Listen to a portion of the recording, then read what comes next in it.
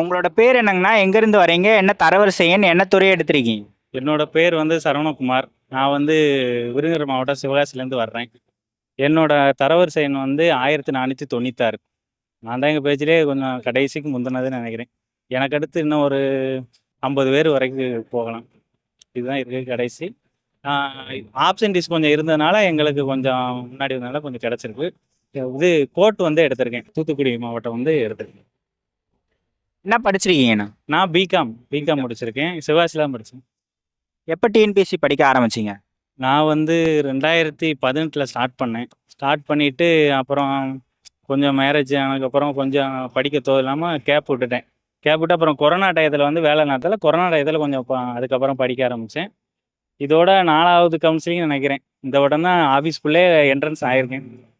கரெக்டாக கிடச்சிருச்சு. ரொம்ப சந்தோஷம்.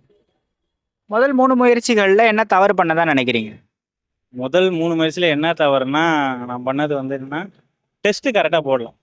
நான் இப்போ வந்து சிவகாசியில் பயிலங்க அங்கே பயில தான் இப்போ லாஸ்ட்டாக படித்தேன். டெஸ்ட் பேஜ் தான் போட்டேன்.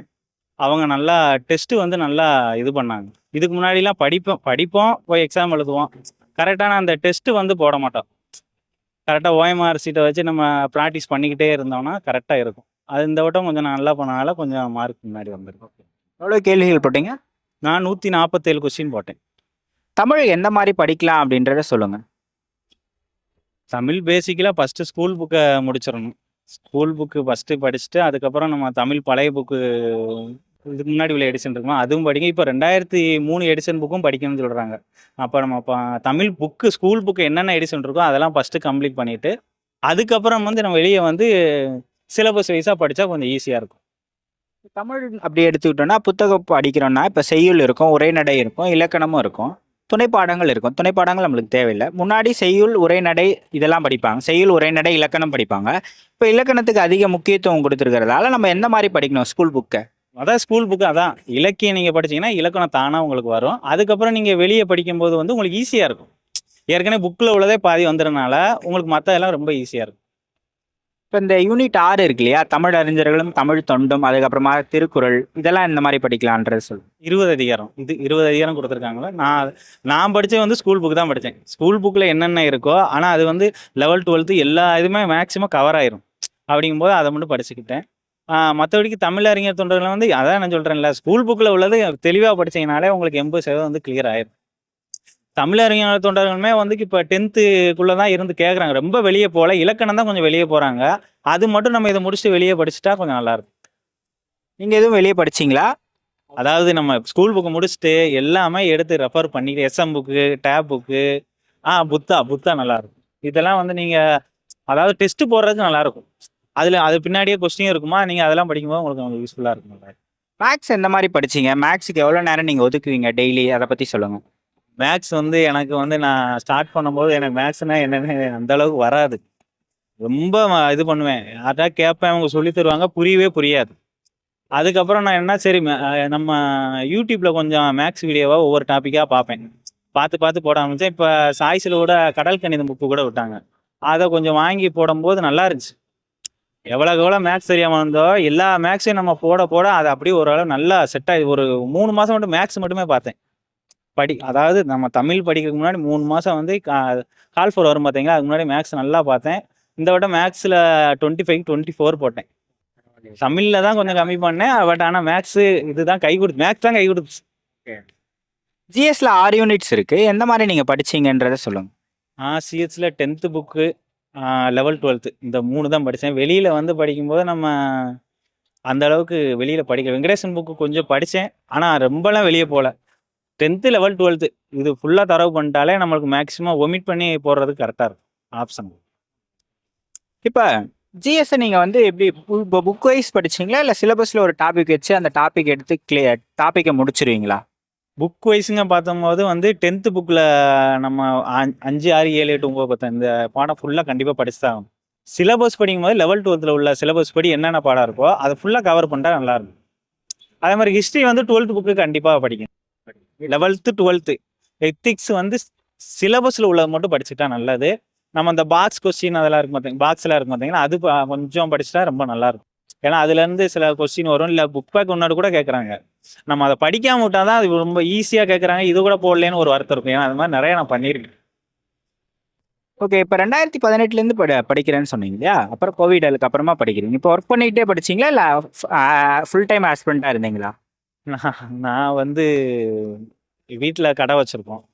ஆட்டோ ஆட்டோ தான் அப்போ ஓட்டுறாங்க, ஆட்டோ தான் ஓட்டுவேன். காலையிலேருந்து மதியம் 12 மணி வரைக்கும் கடையில் சாமான் வாங்கி போட்டு, மதியத்துலேருந்து ஒரு 4 மணி வரைக்கும் ஆட்டோ ஓட்ட போயிடுவேன்.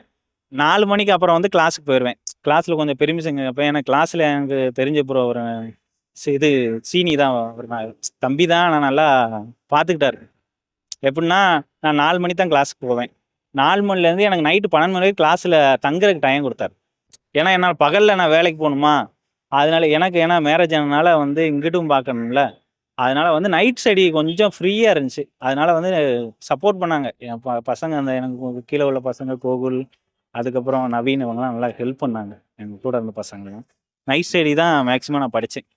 ஏன்னா நான் வேலைக்கு போகிறனால பகலில் என்னால் படிக்கவே முடியாது. நைட்டு நல்லா ஃப்ரீயாக இருக்கும்.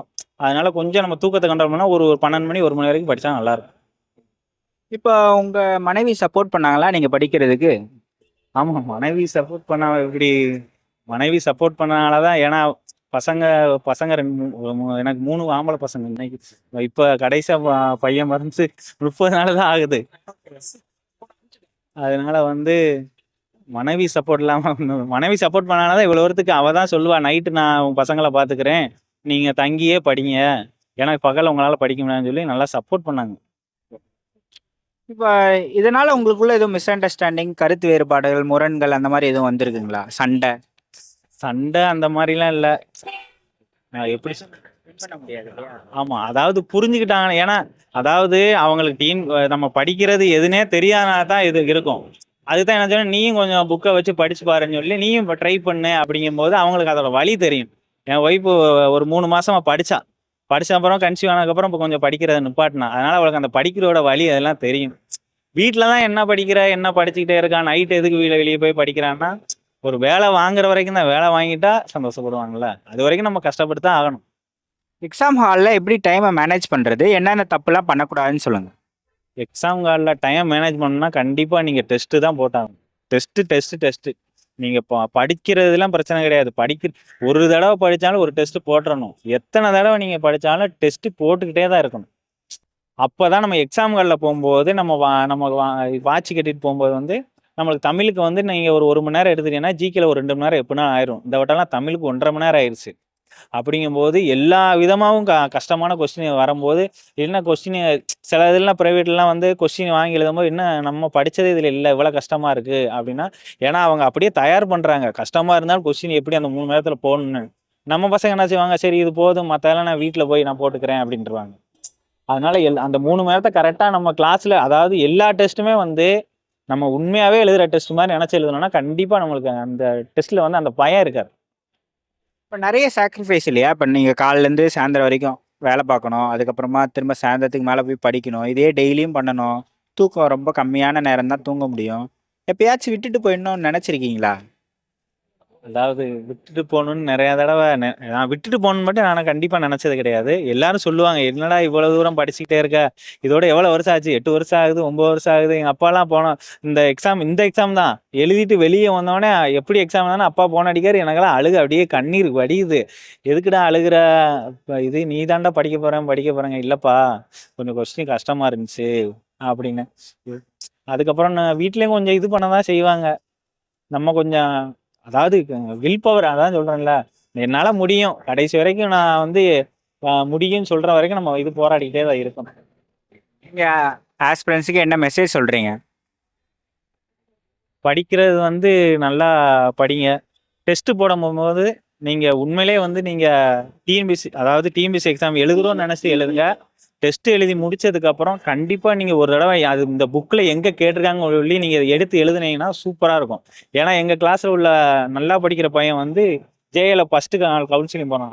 அவன் செய்கிற கரெக்டான இது என்னென்னா, டெஸ்ட்டு முடிஞ்சு அவன் டெஸ்ட்லேயே நல்லா தான் போட்டிருப்பான், இருந்தாலும் புக்கை பார்த்து எங்கெங்கே இருக்குன்னு பார்த்து அதை எழுதி வச்சு அது பக்கத்தில் உள்ளதையும் தனியாக எழுதி வச்சு படிப்பான். இதுக்கு முன்னாடி பழைய கொஸ்டின் கேட்டிருப்பாங்களா, அதெல்லாம் எடுத்து இந்த பாடத்துல என்னென்ன கொஸ்டின்லாம் குறிச்சு வைப்பான். இப்போ இதே போன வருஷம் இந்த இயருக்கு வந்து கொஸ்டின் கேட்டாங்கன்னா அந்த புக்கில் போய் ரவுண்டு போட்டுருவான். கரெக்டாக இந்த இயர் கேட்டிருக்கான், இதெல்லாம் முக்கியமானது. இப்போ எப்படி இருக்கு? சந்தோஷமா இருக்கா? சந்தோஷம் இல்லாம இருக்கும், ரொம்ப சந்தோஷமா தான் இருக்கு. வீட்டுல ஒய்ஃப் போன் அடிச்சு உண்மையான்னு கேட்டு ரொம்ப அழுதுட்டே சொல்லிக்கிறந்தா. இன்னும் போன் அடிக்கணும், இன்னும் மேலதான் இப்பதான் போட்டோ எடுத்துட்டு வந்தோம்ல.